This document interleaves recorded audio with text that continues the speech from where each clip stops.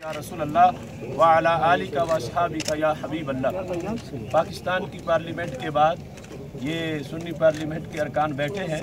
हमारी तहरीक जिसने तकरीबन 5.5 साल तक गाजी मुमताज़ हुसैन कादरी शहीद की रिहाई के लिए काम किया, उसका नाम था तहरीक रिहाई गाजी मुमताज़ हुसैन कादरी। अब उसी को तहरीक लब्बैक या रसूल अल्लाह सल्लल्लाहु अलैहि वसल्लम के नाम से आगे चलाया जा रहा है। ये चेलम का जो प्रोग्राम था, उसके बाद मार्च और इस वक्त ये धरना जो है, ये आप अच्छी तरह हाईलाइट करें कि ये सब प्रोग्राम तहरीक लब्बैक या रसूल अल्लाह सल्लल्लाहु अलैहि वसल्लम के प्लेटफार्म से है, जो कि नुमाइंदा तंजीम है तमाम अहले सुन्नत व जमात की तंजीमों की। और ये हज़रत शेखुल हदीस अल्लामा हाफिज़ ख़ादिम हुसैन रिज़वी साहब ये सरपरस्त आला हैं।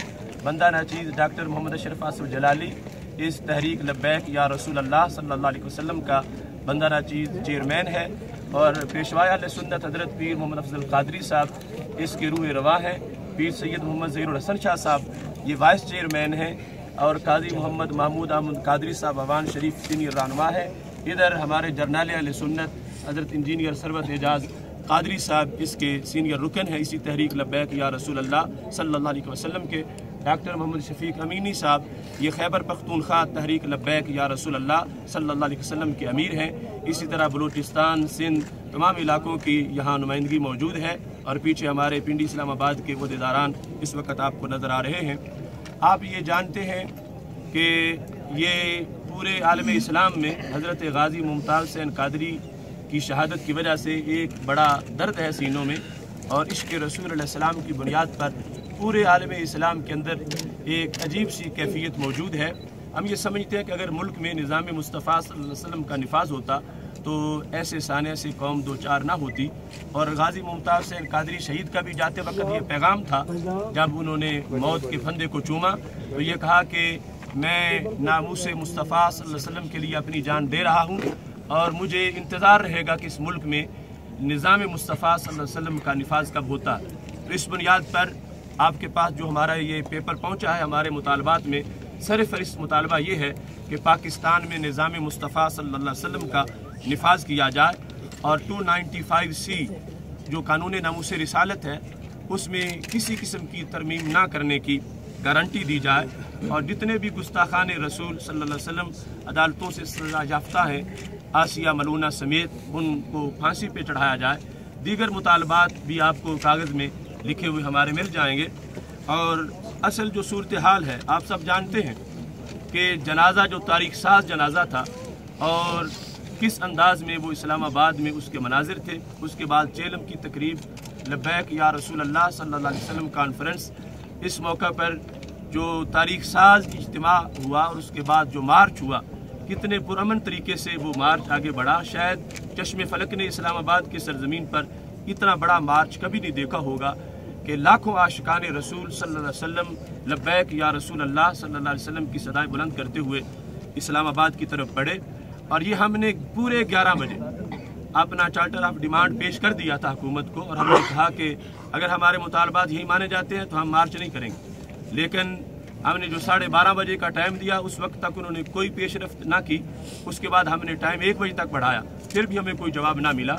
उसके बाद तकरीबन 1:22 पे हमने वहाँ से मार्च करने का ऐलान किया और वो मार्च अल्लाह के फजल से आगे चला।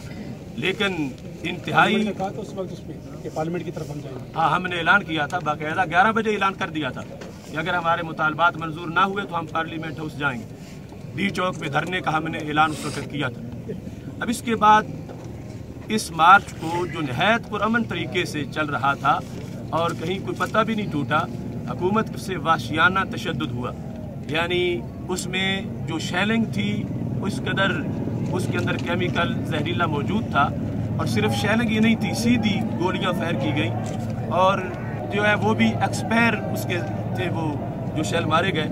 और इस तरह ये जो कारतूस चलाए गए ये सैकड़ों की तादाद में इधर इनके ये खौल पड़े और पक्की गोलियां जो है वो फायर की गई। वो भी हमारे पास यहाँ यानी रास्ते में इस चौक से पहले और इस मकाम पर पहुँचते हुए वो खौल भी हमारे पास मौजूद है।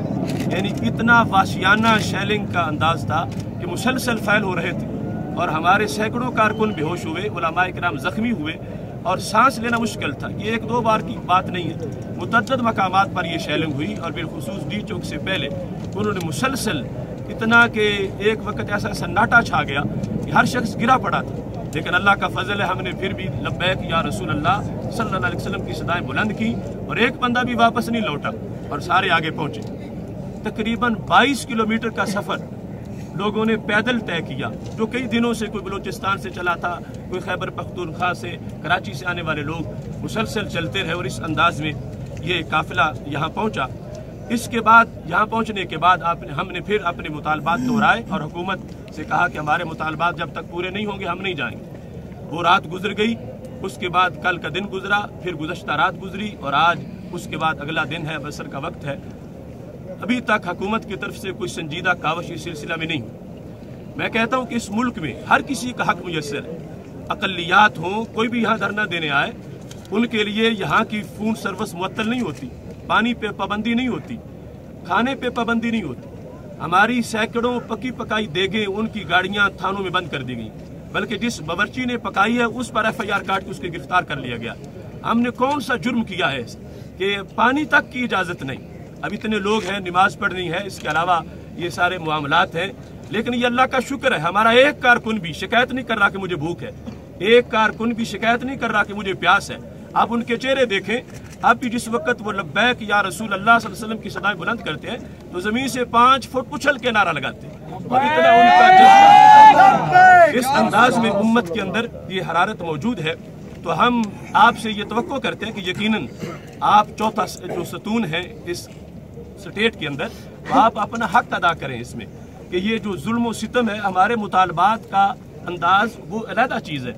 यानी यहाँ हमने बैठकर जो पुरअमन तरीके से बैठे हुए हैं, क्या सितम किया है कि हर चीज़ पर पाबंदी लगा दी गई और खाने तक की चीज़ों में पाबंदी है और सारे मामलात इस तरह के हैं कि मुसलसल जो कारकुन निकलता है वुज़ू करने के लिए, ये इन्होंने यूँ बनाया हुआ जैसे इंडिया पाकिस्तान का बॉर्डर है, जो पार होता है उसको गिरफ्तार करके गाड़ियों में उठा के ले जाते हैं। और आने वाले लोग जो मुसलसल मुल्क के शहरों से यहाँ शिरकत करना चाहते हैं, इस वक्त तकरीबन 5000 के करीब लोग सिर्फ इस्लामाबाद और रावलपिंडी में गिरफ्तार हो चुके हैं। और इस अंदाज में ये तशद्दुद के साथ हमारी तहरीक को कुचलना चाहते हैं।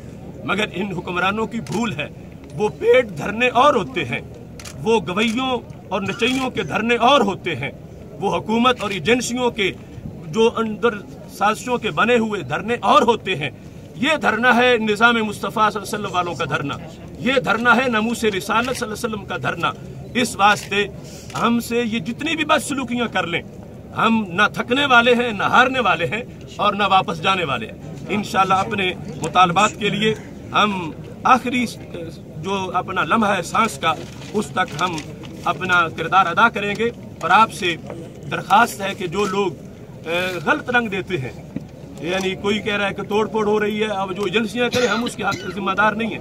हमने अपने कारकुनों को कंट्रोल किया हुआ है और हमारा कारकुन किसी से ना कोई मांगता है कि मुझे कोई चीज़ खाने को दो और ना पीने के लिए मांग रहा है, वो मुतमईन बैठे हैं। लेकिन हम जो एक हकीकत है वो उजागर कर रहे हैं। कोई ये ना कहे कि वो वहाँ पे अपीलें कर रहे हैं कि हम भूखे मर गए, हम प्यासे मर गए। हम किसी से अपील नहीं कर रहे, सिर्फ हम हकीकत को वाज़ेह कर रहे हैं कि ये जुल्म इस वक्त वो हो रहा है जो यजीदों ने भी शायद ना किया हो। इस तरह का ये अंदाज नमूस रिसालत सल्लल्लाहु अलैहि वसल्लम के मुतवालों से किया जा रहा है।